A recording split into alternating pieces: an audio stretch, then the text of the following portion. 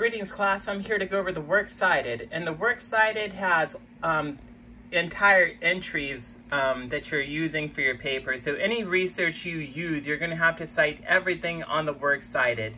Now our American Dream essay should be 3 pages, so let's say this is our 4th page, and on the 4th page, if this is your Works Cited, it would be your last name. So if your last name is Doe, you would put Doe 4. And again, that's going to go on every single page. You are going to label the Works Cited the Works Cited. You're not going to call it references or bibliography. It's called the Works Cited. Now, a couple tips. Now, everything on the Works Cited will be in alphabetical order. So it doesn't matter if there's an author, if there's something else to start the entry, everything will be in alphabetical order. Something else, you don't number you don't number your entries. There's no bullet points, there's no stars, no emojis or anything like that. It'll just be in alphabetical order. That will be the way it's arranged. I'll explain this in a moment, but if it goes into, you're going to write as much on one line as you can. You'll write as much on one line as you can, and if it goes on to a second line, then you would indent over for every additional line for that entry. And I'll go over that. I'll give some examples of that in a moment. And then lastly, and I said this in the previous video, you're going to have to double space. Everything will be double spaced in MLA. There's no extra space between entries. It's all double spaced. Now, there are several things you're looking for in MLA, and it's all dependent on the type of source you're using. But the 3 things you must always look to find first would be the author. You're going to try to find the author of that source. That's going to be the very first thing you look for. The next thing you're going to look for would be the article. Now, you might be asking well, I should explain this too. The next thing you would have is a publication. Now, I should clarify, what is the difference between an article and a publication? Let's say that I have an article. Let's say I have a magazine. Let's say I have Time magazine, right? I have the physical magazine in front of me. If I open that magazine, I'll find an article. Let's say the article is called COVID-19, right? So that would be the article, the story inside the magazine, and the publication would be Time magazine. So I would cite the article in quotations, COVID-19, and then I would cite the publication next in italics, Time magazine. I just put IT. As you can see, I have trouble writing in general. You don't want to see me writing cursive, so I put in IT above it. It would be in italics.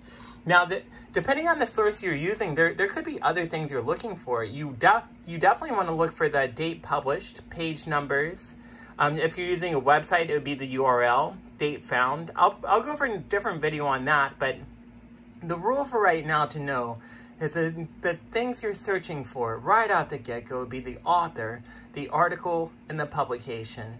I should say this as well. The article, another name for an article if you're using an online source would be the web page, and the publication would be the website. Now you may be asking yourself, what is the difference between a web page and a website?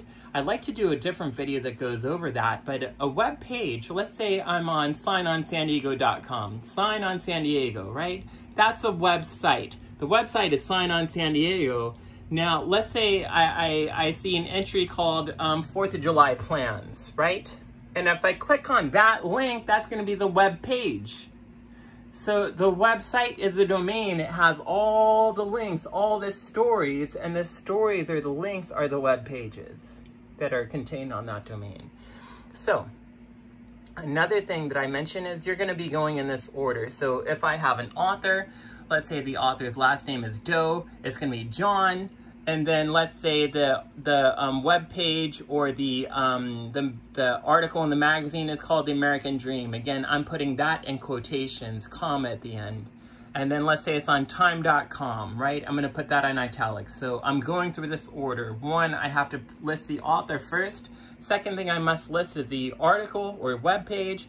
Thirdly, I must list the website or the publication. That's the order I'm going for. I have to do that. I can't just have time.com or URL. I have to start with the author and then go through this progression. Now, sometimes, especially if you're using something online, there might not be an author. And what some students they like to do is they'll just write anonymous. And then the question happens, what happens if you have a bunch of sources that don't have an author? Then your Works Cited is going to look like anonymous. It's going to look crazy, right? So if you don't have an author, the way you would start the entry is you would start with the web page. So if this is a web page or the article inside the magazine that doesn't have an author, let's say it's home ownership. So let's say I go on signonsandiego.com, I click on a link, there is no author, but the title of the page is home ownership. I'm going to cite that first, I'm going to put that in quotations. Next, I'm going to cite the website or the magazine in italics. I'm going to put Better Homes and Gardens.